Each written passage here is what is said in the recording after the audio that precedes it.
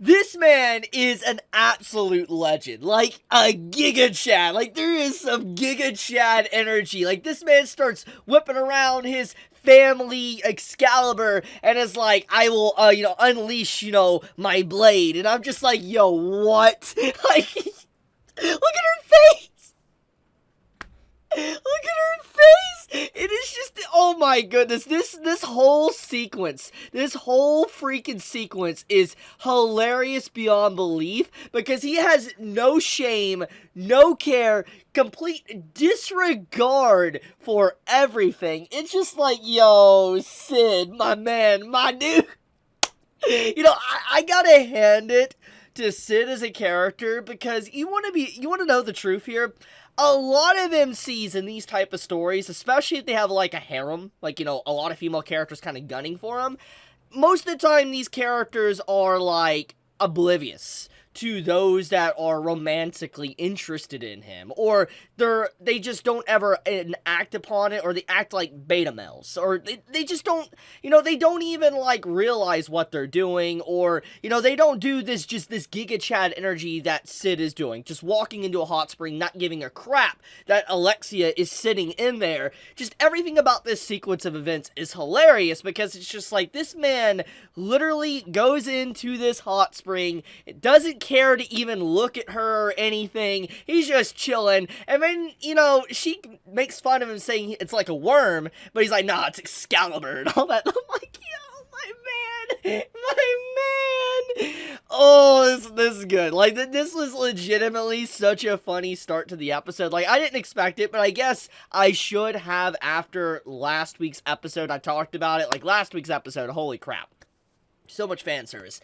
And I'm going to say, this episode had quite a bit of fan service as well. I'm happy that there was, on both ends, like we had the man service and the female fan service.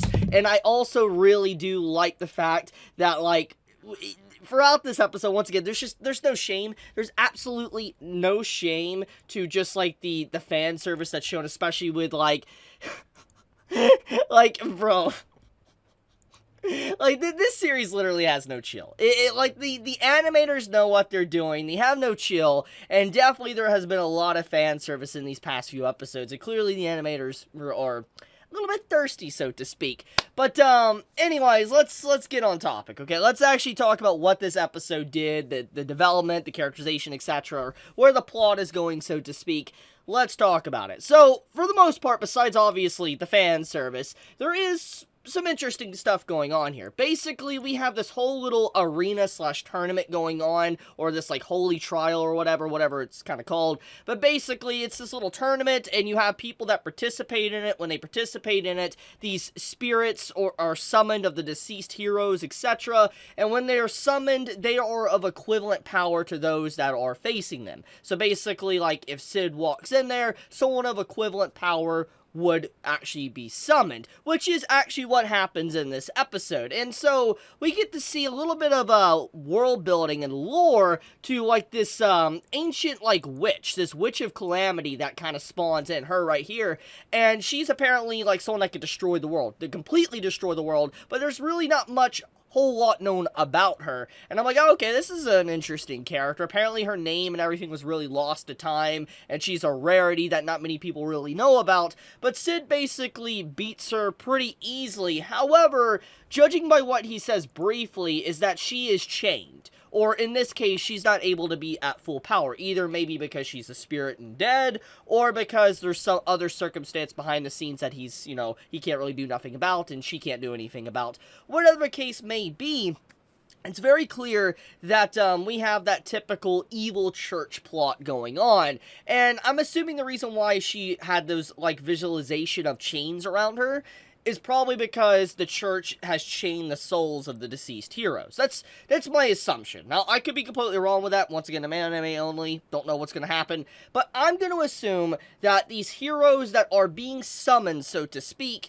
are souls literally bound to this area with a seal or whatever. They're not able to probably properly move on to the afterlife or something, or maybe some form of necromancy. I don't really know. But the point is that I feel like these heroes are trapped, and maybe even evildoers are trapped, and they can't really leave, and the church is just using them for whatever plot or scheme. Maybe something to do with the cult of Diablos, because it's very clear the church isn't necessarily good. I mean, the overall, like, head priest now, the guy that's kind of leading the whole thing, he's not necessarily a good guy. Besides him obviously ogling, one of our characters, he clearly has a position of power thanks to the murder of one of the other guys that was, like, the leader of the church in the previous episode. So it's kind of clear that there's some shady stuff going on, a lot of evil going on, and they're trying to cover and hide stuff up because they also don't want to be audited and investigated as well. So yeah, there's definitely some things going on here that's just leading up to maybe finding out more about this church and probably what they've been doing for a very long time.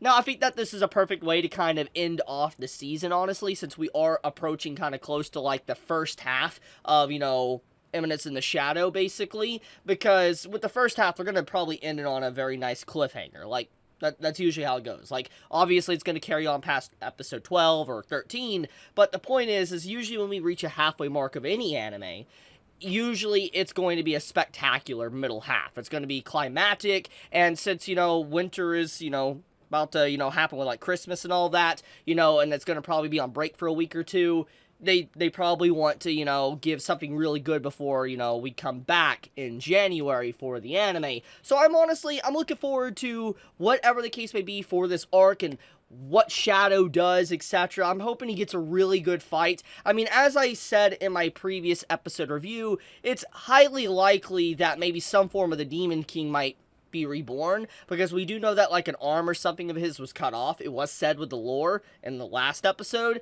So for all we know, maybe he might actually get to fight an original hero, but also maybe some form of the Demon King, which would be pretty interesting. I would love to see something like that, to see how Sid really kind of stacks up to actually a Demon King.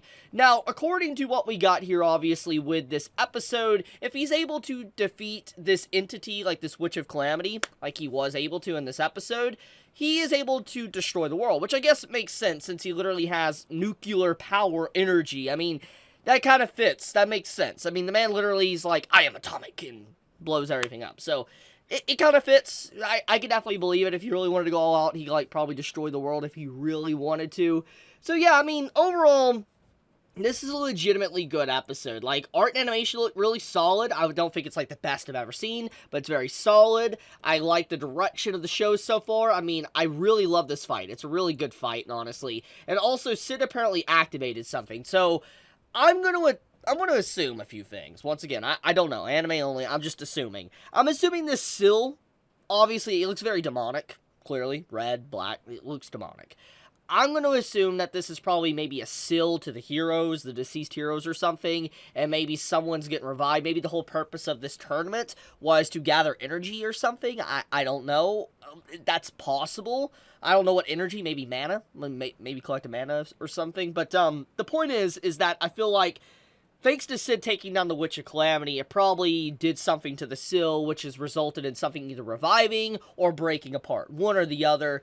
I don't really know. Now, the question is this a part of Shadow Garden's plan? Like, for instance, did Alpha, Beta, and all of them, like Epsilon, did they prepare for Sid to do something like this? Or was this just completely something they did not expect, and it's going really good with their plan or against their plan? Who really knows? But we'll obviously have to see. But, yeah, overall, good episode. Like, legitimately, this is a legit good episode of Eminence in the Shadow. Like, I mean, I love it from start to finish, like, this It's so good. Like, oh my goodness, the shameless nature of this man. But overall, it's a good episode. I can't wait for next week. It's gonna be so fun. I guess I'll leave it at that. Thank you so much for watching. If you enjoyed this video and I entertained you in any form or any degree, please leave me a like. It does help me out a lot. And do you think that, our boy Sid is packing? Like, do you think he's packing a large Excalibur or not? Let's also know. Let me know in the comments below. But okay, guys, be safe, stay healthy. Chibi out.